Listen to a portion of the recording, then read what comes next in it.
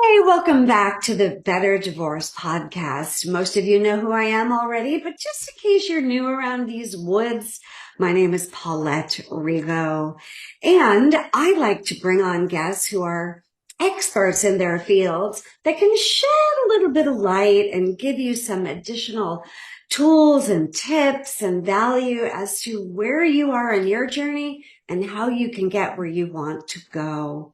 Today, my guest is Jessica Love. And yes, that is her real name. My daughter had a friend with the last name Love too. Hi, Sophie, if you're out there. And let's just go a little bit with Jessica's bio briefly. She's a trained RN, but she's a transformational spiritual life coach. Can't speak sometimes. And she's the founder of the Courage Revolution. I love that name. Welcome to the podcast today, Jessica. Thank you so much, Paulette. I am super happy to be here and excited to drop some little nuggets of wisdom for anybody that's in this crazy time of their life. Well, ditto and exclamation point after that one. Crazy is a true word. Although around these neck of the woods, we try to make sure that divorce is better and easier and wiser, not necessarily crazier. Although it can be, we can't eliminate all the craziness. So let's start at the beginning of your journey. When did you get married? How long were you married? A little bit about your divorce so that people understand that you get it.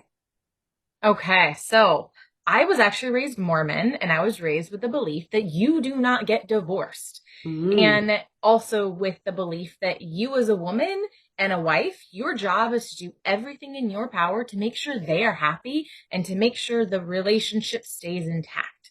So I went into dating and relationships thinking that it was completely only my burden to bear.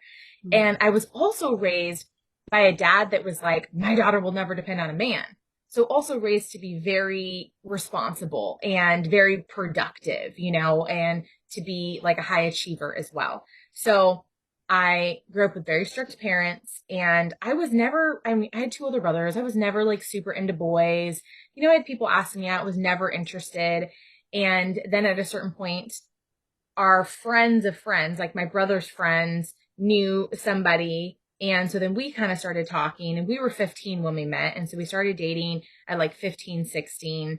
And like I said, I wasn't super into boys. So it was like, oh, okay, yeah, this is fun. This is nice, not like super serious. Like this is like my life partner. Right. And then I had those strict parents, and it was like the only way I could go out and do things and leave the house was because he came and picked me up and paid for everything and brought me home by curfew. And we lived really far out in the country. So it was like, okay, well, it worked, right? Like he was actually my way out of the house and way out into the world, kind of, And so then we just stayed together after that. And then we came from extremely different households. Like I said, Mormon, big family. We had foster kids, really close with all of my other family. He came from a very dysfunctional house where his dad rolled with the Hells Angels motorcycle club. Never been to church a day in Is his life. quite different because I have Yes. some clients who are Mormons. And I always was under the impression, I mean, I grew up Catholic, so that's a whole nother conversation, Yeah. that because it's a very tight community, not just in the religion or the beliefs of the faith, but also in the community, right? Mm-hmm. And that you predominantly you meet your future love to be because of the church and the community. And the fact that you didn't do that was, that's the first time I've ever heard of that, you trailblazing woman, you. Well, that was the thing, is that I never subscribed to any of those beliefs and any of the Mm-hmm. religion. And my parents like made us go to church, but they didn't make us do a whole lot outside of that because we had, like I said, a big, busy family. We had, there's four of us kids, then we had 2 to 3 foster kids at a time. And we had our own business too. So it was kind of like, whatever, that's just not the battle. Right. And then my So it dad was wasn't a, well, expected of you. No, no. And my dad was a convert. So it wasn't like that was all he knew was Mormonism. He lived a whole different life up until 20 Right. something years old before he converted. So we were more of like Jack Mormons in a way. So then, of course, I didn't subscribe to the religion and I was much more open in all the other ways. And also, obviously very naive in a way of like, okay, well, just because their family's not like our family doesn't mean anything, right? Doesn't mean bad. And if anything, I kind of also was raised in that like savior complex too. Okay. Good Because the point. I religion, hear you. Right. yes, we're like, Yeah, oh, and you I have to don't want to serve make this a everybody. conversation about religion, Jessica. No, No, no. but it is an interesting observation about you as being so young and what, Yeah. you were uh used to. Right. Yeah. So you meet this charming young man. Yeah. And like I said, it just worked, right? Like he came and picked me up and then like that was my way out of the house. And then I just loved the contrast of how different his life and their life was compared to mine, right? So it was almost like it was intriguing and it was something that was alluring at that time in my life. But I was also that girl that was like very future driven though. So it was kind of like I knew where I was going, I knew what I wanted, and I was going to go to college, so whatever happens, happens, right? And so I got into UC Santa Cruz in California, and basically my parents were like, well, because you got into a UC, you're going. And then I'm like crushed because now this is like, oh, my like young love, and okay, now I have to leave. And so we did break up for like a week, and then it was like, no, we'll make it work. So then during college, I went off to college and I was there at UC Santa Cruz for like a year and a half. And then my parents were like, okay, we don't want to pay for it anymore. You're on your own to figure out your life. Right. And so then I came home and was like, okay, completely revolted, moved in with him and his family because my parents were being crazy. So moved in with him and his family. And then him and I eventually moved out together. And then it was very interesting in our 20s because I feel like everyone should be single in their 20s, by the way, because I agree. I don't think anyone should get married till after 30. Like, I think after like 32, where whatever you're going through in your 20s, whether you're going to college, whether you're traveling, whatever, it's a self-discovery phase. And in that phase, him and I were both like trying to find out what we're doing with our lives, but also still cohabitating together. So we definitely were more like roommates in that time because I was working crazy hours. I was in nursing school because then I came home from Santa Cruz and paid for my own college after that. So then I went to, community college and then went to Sac State after that for nursing school. So then we're living in the same house, but we have super busy schedules. And yeah, like we spent time together and had friends together. But it was crazy that like I feel like we tend to fill our lives with a lot of busy. So then you don't actually have to think about what's happening in your own home. You don't actually have to think about it like, do we actually work? Do we actually want the same things? Or are we just going through the motions? And so that's really what it was, is going through that motions of, as many females have, we're checking the boxes. Oh, go to college. Okay. I get a degree. I get a career. Okay. Now we're going to get engaged and buy a house. So then we got engaged, we bought our house, we moved, and then now we're both and we both had graduated whatever schooling we were in. So now we're in our careers and we moved away from his home base of like all he ever knew.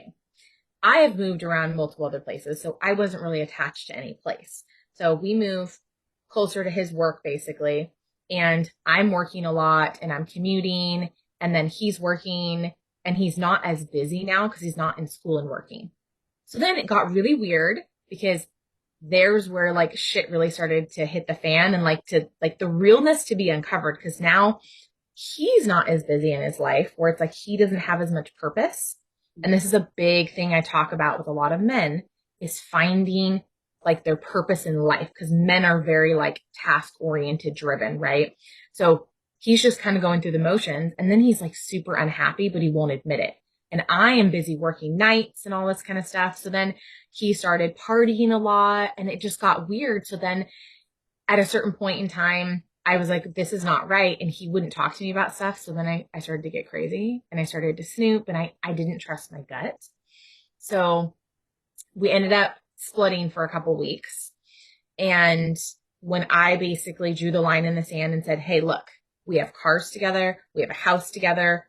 You don't just go on a break, right? We're either going to commit to this and we're going to figure out what we're doing and we are going to work up to getting married, or we're splitting this and we get to decide who keeps what. And that was like a huge come to Jesus moment for him. And at that moment, it was like, well, no, I want this. I said, okay. So I didn't put the ring back on until we worked through things and figured that out, because then there was another woman involved at a certain point. So then it was like, well, no, we have to work on building this trust and figuring out if this is truly what we want. And I had this like plan in my head for my life. And the hard part is he said he wanted the same thing. Mm. But then when it really came down to it, he didn't. He was very attached to the material world. Like he wanted all the things. I wanted to be traveling. I wanted to be exploring and having fun, because my 20s, I spent working and going to school. You know, I didn't get to go through that discovery phase for myself. And then I wanted kids at a certain point in time also. So then all of a sudden, okay, we do get reengaged, do get married. And for the first, because we were only married for a year when I filed for divorce. Mm. And for the first couple months, it was like, oh, I was more important, you know, and we were already together 10 years by this time. I was more important. And then all of a sudden, it was like, none of it mattered. And then all of a sudden, he starts talking about all the things he'd been lying about all these years. Ah. And he said it didn't count because it was before we were married. Mm. And so he was really just playing a role of what he thought I wanted. And I think he did want it partly for most of that time, but I think it was just so different than what he actually knew. And here's the thing is that we will choose a familiar hell over an unfamiliar heaven. So it's almost like you reach that like happiness ceiling, right? Where it's like, okay, well, I can't be happier than this. So we ended up getting in just a lot of debt, and I made twice as much money. I ended up basically almost becoming the man in the relationship, where I made all the money. I paid all the bills. I organized the house. I went and got the cars maintenance on my days off, you know? So it was kind of like, why are you even here? And all you're doing is costing me more money. And he threw a huge fit because I didn't want to do a joint account. So I eventually gave in. And that was a huge lesson for me of like, I didn't know how to maturely conflict manage. I only knew to just self-sacrifice and compromise, because that's what I saw my mom do. I saw my mom say something, it caused a fight, so she'd stop saying it. So then that's what I did. Yeah. I'd say what I did or didn't want. And because it wasn't what he wanted, it was like, well, it doesn't matter then. So then here we are. I'm 27 and I'm in so much debt, working so much for him to just be partying and living his life. And I was like, this isn't even what I want, you know? And so I tried to tell him, and then he started hanging out with a lot of very unfavorable people. Like I said, he grew up in a lot of chaos. I didn't in that way. So then he starts hanging out with a bunch of people that are just drinking and doing drugs. So then he develops a cocaine habit. I don't find out till months later. And I finally was like, this is not what I want.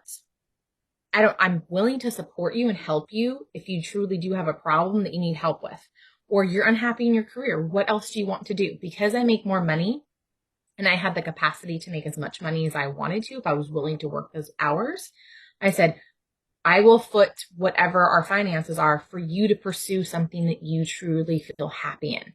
No, it's fine. No, clearly it's not. So then it did not get better. It only got worse. And then he started being like really unpredictable and like just highly emotional, and then really clingy, which is crazy because we did a lot of stuff separately throughout our entire relationship. And then now all of a sudden he doesn't want me to go anywhere.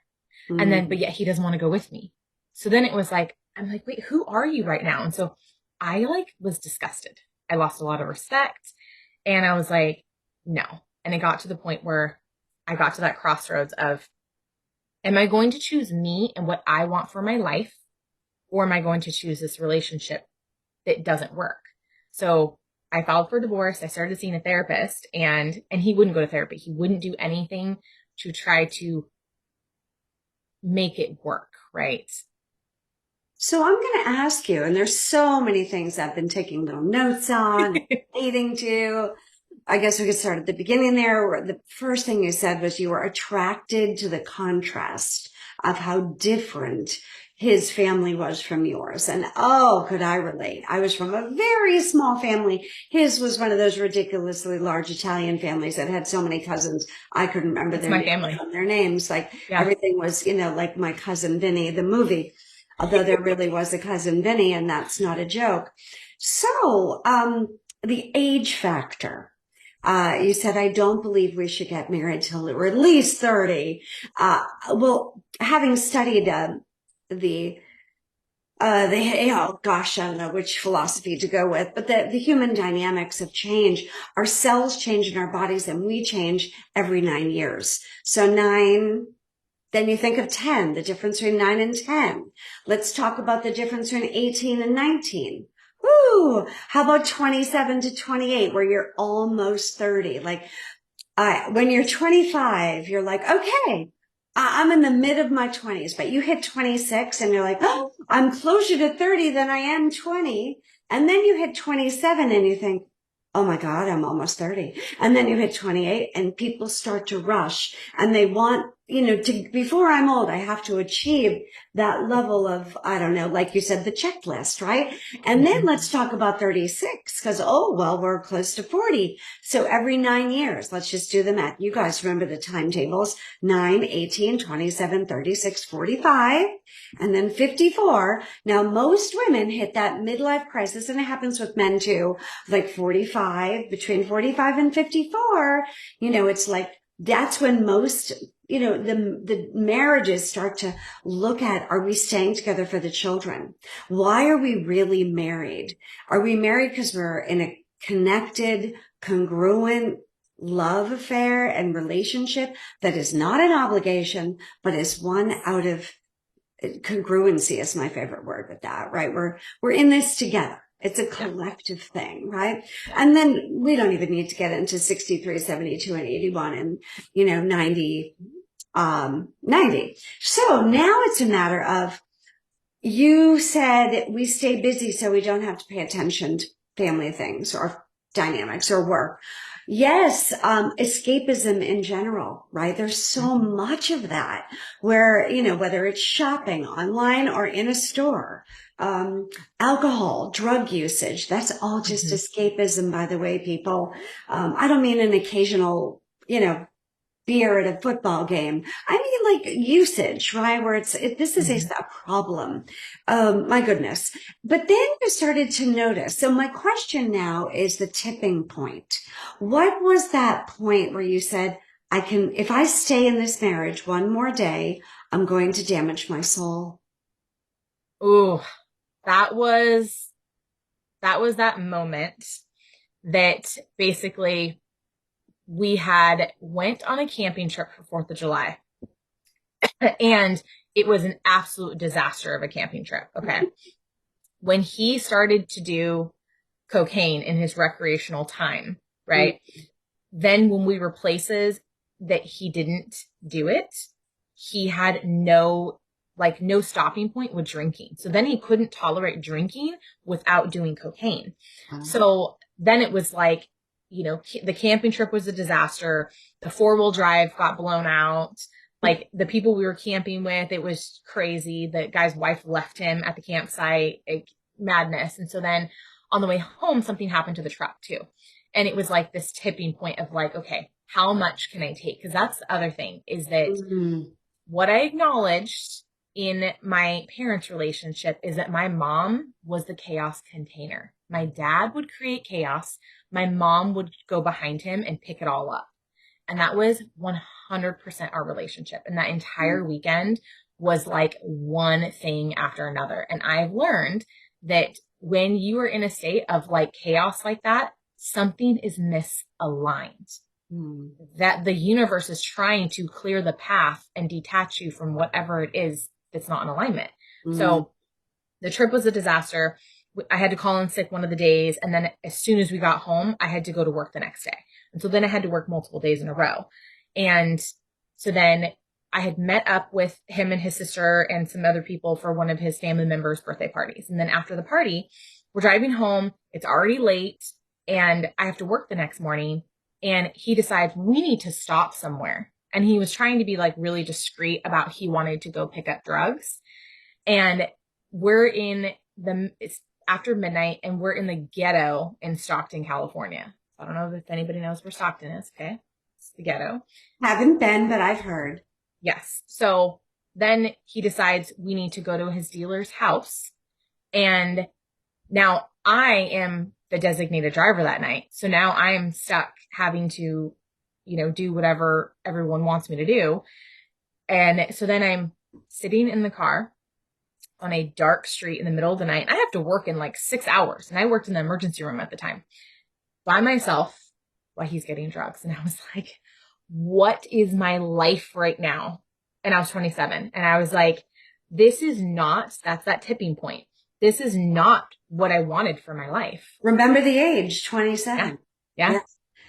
So you had a moment where you said, I can no longer be associated, involved, connected, fill in whatever other word you want to throw in that list with this man, these poor decisions.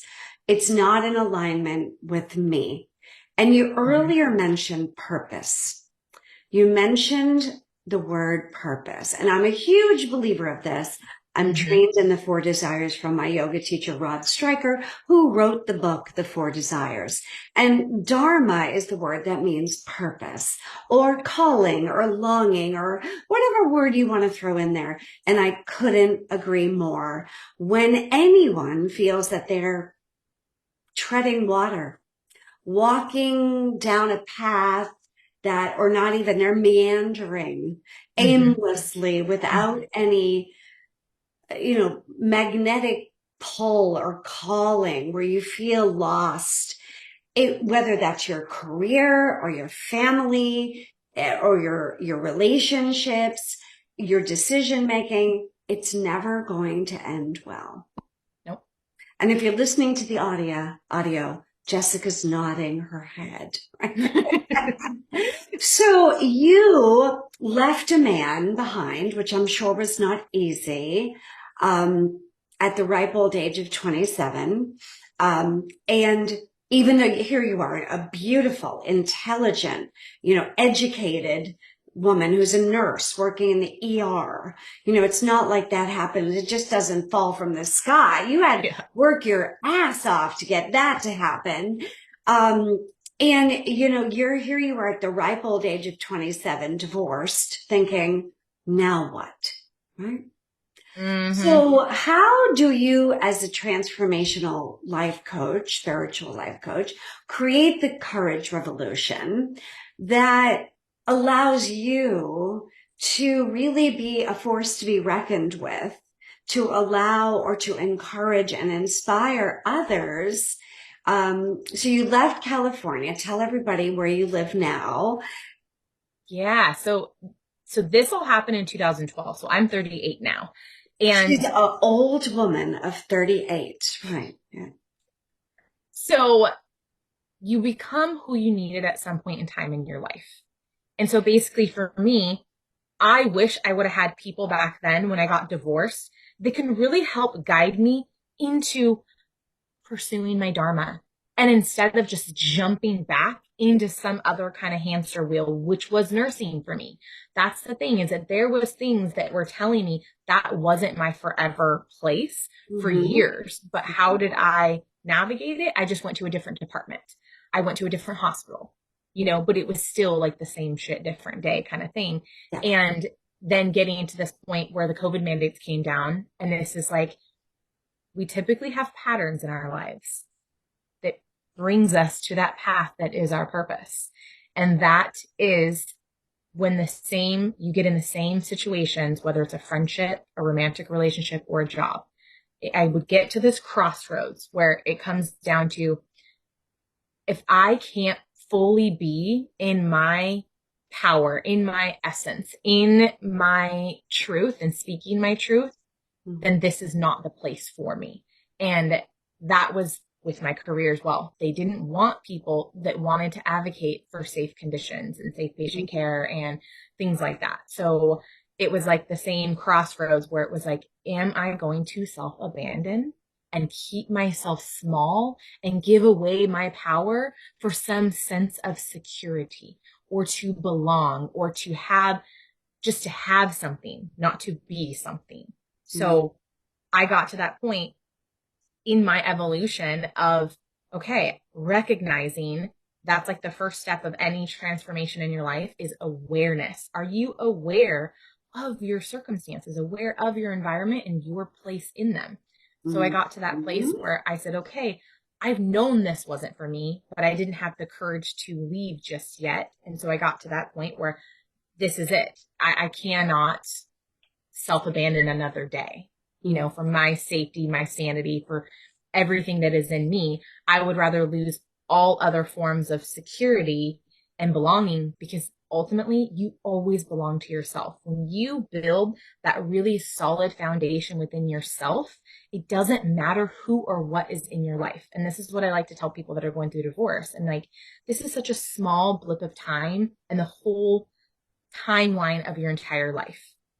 And that I know you feel in like the darkness, the only way to get to the other side and to get to the light is through that. It's like to find that little glimmer or to create that glimmer that's going to get you through whatever it is you're going through is like the biggest thing to help save you and to help give you that empowerment and to know that you are intrinsically worth every damn bit of abundance and happiness and joy and ease in your life.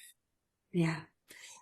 Beautifully said. And you're not saying it's easy. You're not saying that there's some, you can't Google the exact steps to get out of a relationship. You can read 1,000 books, listen to 1,000 podcasts, read 1,000 blogs, ask the advice of 1,000 people, but it's your own intuitive inner knowingness of connected to that calling, that longing, that purpose. So when you wake up and you stare at the ceiling at whatever time it is, whether it's 2 a.m. or 7 or whatever time, and you don't question your life. You don't lay there feeling empty and void and confused. You feel, maybe you're a little tired, maybe you stayed up too late, whatever, but you still feel inspired and empowered to get out of bed and do your work and live your life. When you're in a marriage or a work situation, whatever the situation is, but particularly in a marriage, because it is a legal binding contract. And people don't realize that when you march down the aisle, even if it's on the beach, in your white, whatever you're wearing, you are now entering into a legal binding contract. And the only way out is a divorce. If it's not working, and again, you all know I'm not pro-divorce. I'm very happily remarried. So I believe in love. I believe in marriage. But if you happen to be in a marriage where, as Jessica beautifully stated, just isn't in alignment, it hurts. It's very, very painful and shit. I can't tolerate this anymore. You have a choice, right? You can either look the other way, pretend everything is fine, and, put on the fake mask and put on your lipstick, as I was taught to when I was a dancer. Never let them see you sweat. The show must go on. Keep, think about it. The show must go on. What bullshit is that? No, it doesn't need to go on. You have the power to control your future. Don't think for a minute that someone else has the power over you to tell you what to do. They do not. It does take some courage and some knowledge to get there. You need to understand there doesn't have to be the terrible, litigated nightmare. You don't have to go through 8.5 years like I did. That's why I created Better Divorce Academy. It can be better. No lawsuit, no court, No plaintiff, no defendant. You can divorce with dignity and save a ton of money. And if your spouse says, oh, well, see you in court, I still got your back. You can do it. So tell us a little bit about the podcast that you started 6 months ago. I'm so proud of you. I love when women have a story to tell and feel that they want to have a platform in which to help others. And that's what it's all about, helping others. Yes. So I got really into podcasting in the last handful of years. I'm just an avid learner. And one of the people I follow, Mark Groves, on one of his podcasts, he said, if you want to know your purpose, think about where your pain is, right? And what brings you that emotion, right? And what breaks your heart. And for me, it was in healthcare. I would look around and I would just see people in zombie land, right? And people just existing, just going through the motions, just the whole external validation stuff, right? And it's you will never fill that massive gaping hole inside of you with anything outside of you. So just tons of people, whether it's patients or staff. And that's the thing, is that we can ignore by numbing out, but ultimately our body keeps score and it will stop us. This is where the chronic illness comes from. This is where cancer comes from, all the things. It's because we are not living in our purpose and we're ignoring things. So I saw so many people just in so much pain and in so much fear and in so much suffering. And I just sat there and I was like, this cannot be why we were put here, to just suffer and live in fear and just survive. And then when all the mandates came down and everybody at work knew that I was getting terminated because I refused to comply, and so many people pulled me aside and said, I wish I had the courage that you have. And I'm you know what though? I am not freaking special like that. It's not that I was born with some other kind of unique thing where I have courage and you don't. No, it is available to every single one of us. It's always that choice. Like you said, we always have a choice. So when all that happened, I read Brene Brown's book, Dare to Lead. And that's what she talks about, having courage. And she talks about all this stuff. And I said, you know what, Mom? I'm going to lead a freaking revolution. And then it kind of clicked and I said, a courage revolution. And so then what I've been doing is, a lot of people come and talk to me everywhere on social media and out in public. And I really just kind of take in what everybody is saying that they need. And then I go search for people and call in people that have stories to tell that coincide with what everybody is struggling with. So a lot of people struggle with relationships. And that is something that we do talk a lot about on my podcast. But then other things are having the courage to question things. To really become your own inner guru. Nobody outside of you, nothing outside of you will ever have the answers that you have within you, that intrinsically exist there. You just have to learn to cut out all the noise and to get into that internal space. And so that's what I talk about with a lot of people, is coming home to yourself. And you have all those answers. So I interview a lot of people that basically they chose courage. They chose that they were going to live their life differently. And then I help them tell their story and then offer whatever services that they offer as well, because I've literally gone the entire pendulum swing of just all things crunchy and alternative. So I love to have people on there that do energy healing and crystals and, just whatever alternative medicine practice they have, because they got to that point by their struggle, their journey. And here's the thing, is that we will continue to struggle if we fight against what we are actually here to do. Yes. And I love that you focused on the word courage. I forget exactly, I'm going to butcher it, but courage comes from the derivative of a French word, courage. And I believe it means something like the voice of the heart. It's coming from that curiosity, right? Of the internal versus the external, coming home to yourself. It's like at the end of the day, when you pull in the driveway, if you've been out in your car all day, I'm using an analogy here, that feeling that you have when you pull in the driveway. And if you're in suburbia, and the car garage door goes up and you pull in, or, and you walk in your house, whether you live in an RV or a tent or you've got whatever and you're in a 26th floor of an apartment. It's just an analogy, but that feeling, that soft landing that you have, right? But there's take that same feeling inside, where you have the same feeling, the same what we call in the yoga traditional bhavana, where it's an essence. It's a knowingness. Sanskrit's it's interesting language because there's 10 different definitions to every word. Where you just know it. You can put your thumb on it. It's got your DNA on it, right? I used to use the analogy of when it's like wearing shoes that don't fit, right? Or opposite. Have you ever put on a pair of shoes that are so darn comfortable, you almost forget you're wearing them?